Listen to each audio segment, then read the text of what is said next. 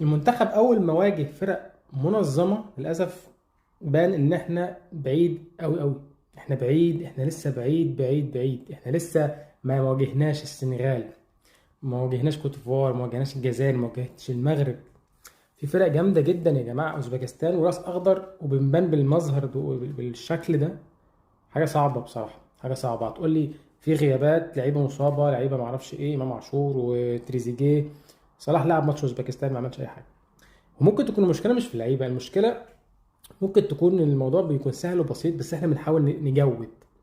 انت عارف لما تكون الموضوع سهل بس انت تجود فتبوظ الدنيا.